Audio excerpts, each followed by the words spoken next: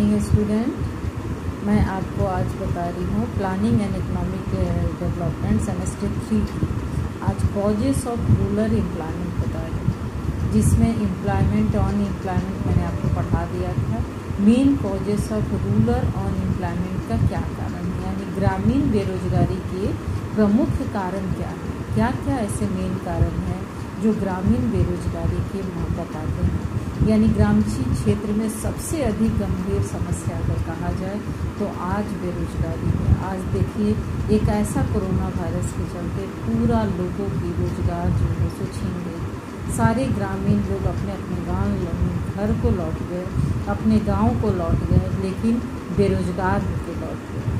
आज इतनी बेरोजगारी की मार हो गई कि आज उनको एक जीवन सामान्य स्तर को जीने के लिए और एक जीवन को पटरी पे लाने के लिए किस तरह की व्यवस्था होगी, क्या होगा। जो आज इतने दुख सहकर अपने अपने गाँव में लौट गए, वो क्या फिर किस उम्मीद से शहर की ओर आँख उठाकर देखेगा और फिर शहर में आएगा और अपने लिए कोई नौकरी ढूंढेगा, अपने लिए कोई काम करेगा, कोई अपने लिए ठेला लगाएगा, अपने लिए और कुछ सामान बेचेगा, कैसे क्या करेगा। तो ये मेन जो बेरोजगारी की समस्या है, वो सबसे पहला समस्या क्या क्या है वो आपको हम लिख करके बता रहे हैं। सबसे पहले देखिए, लिखता है कि जनसंख्या में वृद्धि।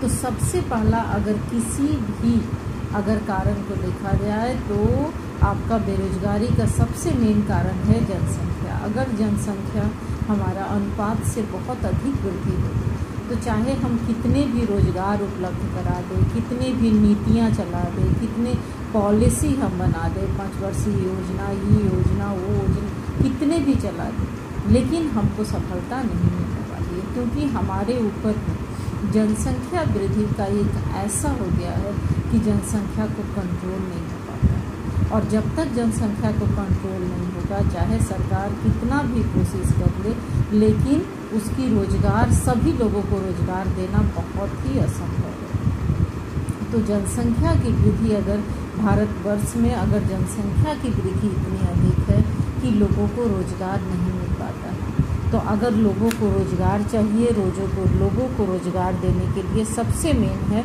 कि जनसंख्या की वृद्धि को अगर कम किया जाए तो सभी लोगों को रोजगार हमें मिल सकता है, रोजगार हमें दे सकता है।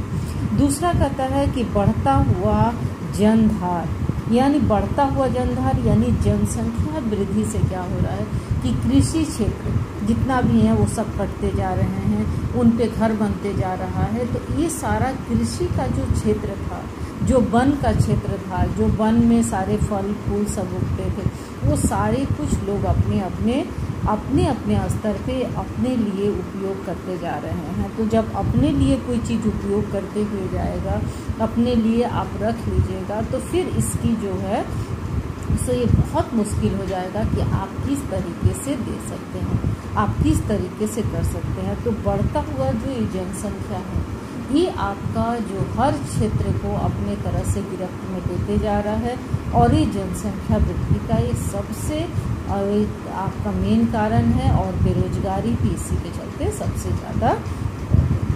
उसके बाद देखिए, तीसरा पॉइंट कहता है कि सहायक उद्योग धंधों का अभाव है।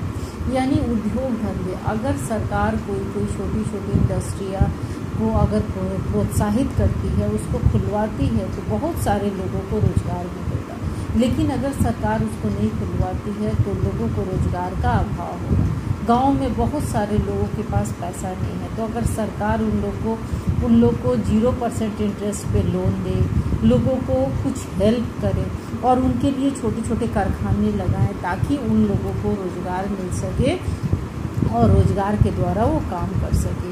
तो ये है कि सहायक उद्योग धंधों का अभाव होता है। जो उद्योग धंधे हैं, वो सहायक उद्योग धंधे जो भी हैं, इसका इतना ज़्यादा अभाव है कि लोग उसमें बेरोजगारी को ही वो अपना पाते हैं, बेरोजगार ही रहते हैं, क्योंकि उद्योग धंधे होंगे ही नहीं तो उनको काम कौन देगा और किस तरीके से करेंगे। उसके बाद देखिए, कहता है कि कृषि की मौसमी प्रवृत्ति, यानी कृषि की मौसमी परिवर्तन क्या है, कृषि में हमेशा परिवर्तन होते रहता है, क्योंकि पूरी जनसंख्या जो है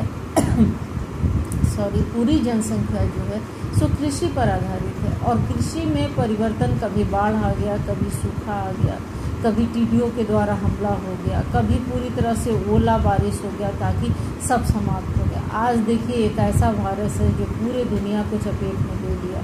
आज इस वायरस के चलते पूरी जनसंख्या जो है पूरी तरह से प्रभावित हो गई। आज वहाँ पे कुछ भी नहीं है। आज सारे जो टमाटर थे, फसल है, सब खेत में बर्बाद हो गए, कोई तोड़ने वाला नहीं है। तरबूज कितने से कितने बर्बाद हो गए, कोई उनको काटने वाला नहीं है। गेहूँ की फसल कितनी जगह है जो खेतों में गिर गई, लेकिन उसको कटाई करने के लिए कोई मजदूर वहाँ पे नहीं है, क्योंकि सारे मजदूर अपने गांव को लौट गए। तो ये सब जितने भी तरह के जो विपत्ति के कारण हैं, ये सब कारण जो हैं आपके जो है सो बेरोजगारी को दर्शाते हैं। उसके बाद देखिए कहता है कि पूंजी की कमी।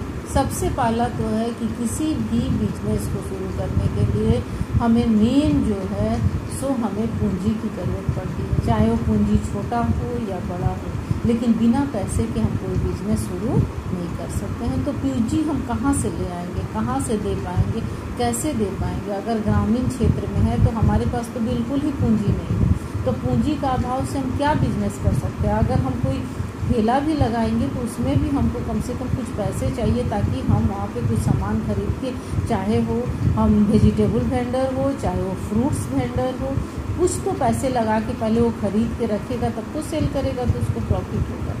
तो मेन है कि उसको पूंजी की समस्या, उसके पास में पैसे ही नहीं है कि वो बिजनेस को कर सके। तो अगर सरकार थोड़ी बहुत उसको पैसे मुहैया कराती है, हेल्प करती है, उसको लोन देती है, तो शायद वो फिर से खड़े होकर के कर सकता है। उसके बाद देखिए कहता है